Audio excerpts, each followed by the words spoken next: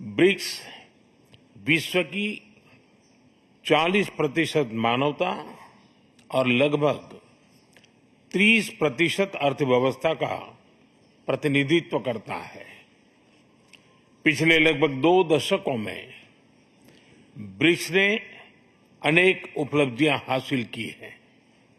मुझे विश्वास है कि आने वाले समय में यह संगठन वैश्विक चुनौतियों का सामना करने के लिए और अधिक प्रभावी माध्यम बनकर के उभरेगा।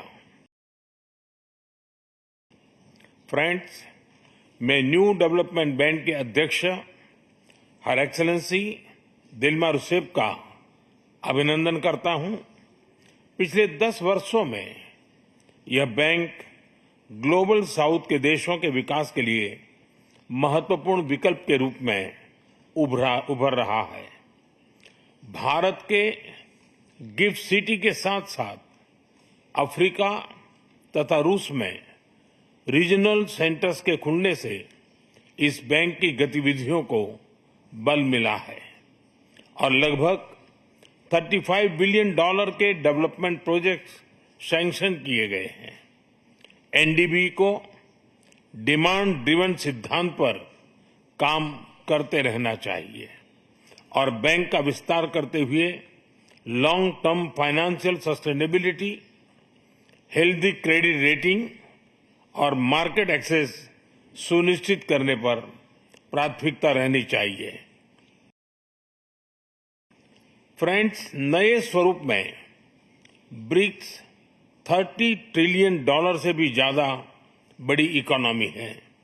हमारे आर्थिक सहयोग को बढ़ाने में ब्रिक्स बिजनेस काउंसिल और ब्रिक्स विमेन बिजनेस अलायंस की विशेष भूमिका रही है।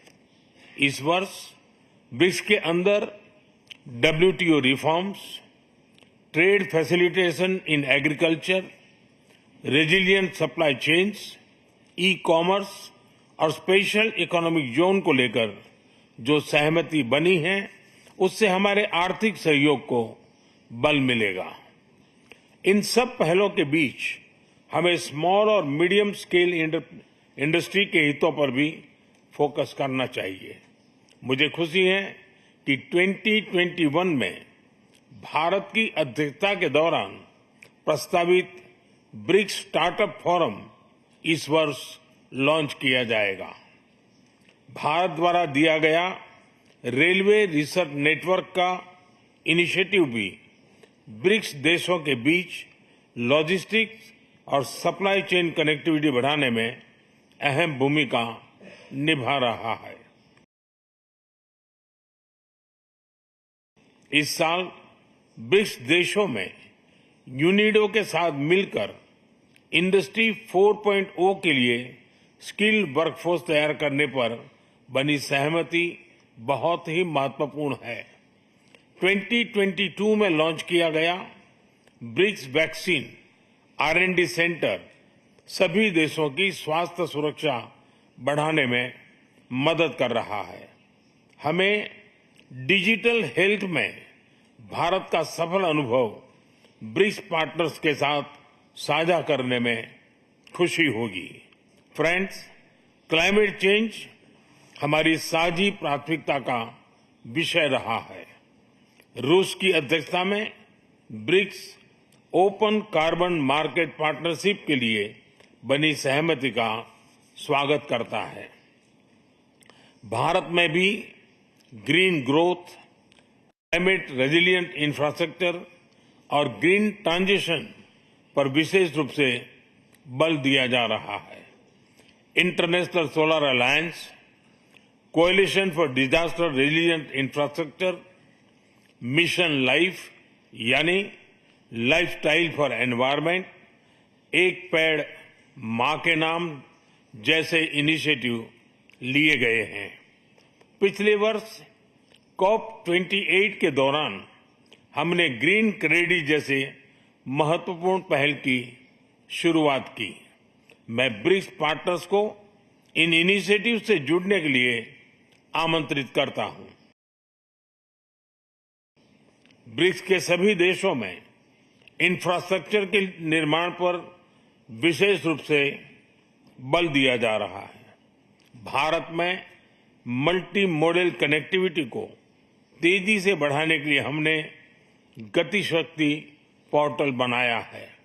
इससे इंफ्रास्ट्रक्चर विकास के लिए इंटीग्रेटेड प्लानिंग और इम्प्लीमेंटेशन में मदद मिली है और लॉजिस्टिक कॉस्ट कम हुई है।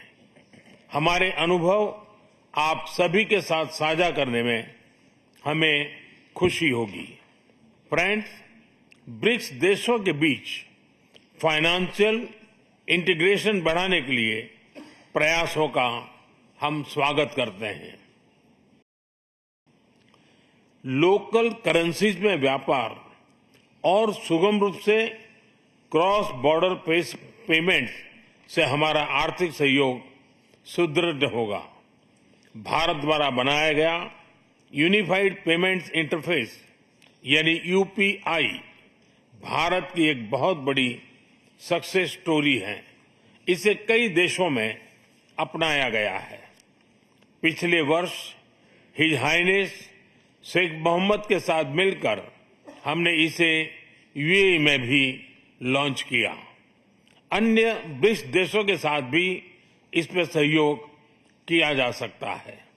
फ्रेंड्स, भारत ब्रिक्स के अंतर्गत सहयोग बढ़ाने के लिए पूरी तरह से प्रतिबद्ध है। हमारी विविधता और मल्टीपोलरिटी में हमारा दृढ़ विश्वास हमारी ताकत है। हमारी यही ताकत और मानवता में साझा विश्वास हमारी भावी पीढ़ी के समृद्ध और सशक्त भविष्य को सार्थक रूप देने में सहयोग होगा। आज की बहुत ही महत्वपूर्ण एवं उपयोगी चर्चाओं के लिए मैं सभी का आभार व्यक्त करता हूं।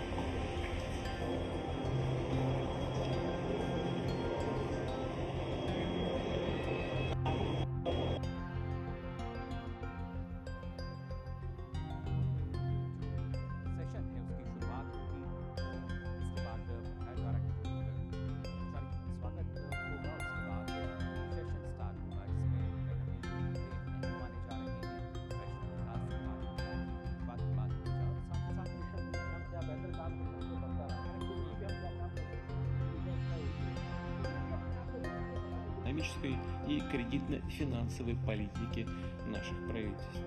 И по предварительным оценкам 3,8%. При увеличении мирового ВВП тоже инициатив, нацеленных на решение критически важных запуска онлайн-сервисов по урегулированию споров в электронном. 当前，世界进入新的动荡变革期，面临关键抉择和低碳转型洪流。中国电动汽车、锂电池、光伏产品等优质产能，为世界绿色发展提供了重要助力。中方愿发挥自身优势，同金砖国家拓展绿色产业、清洁能源等交流，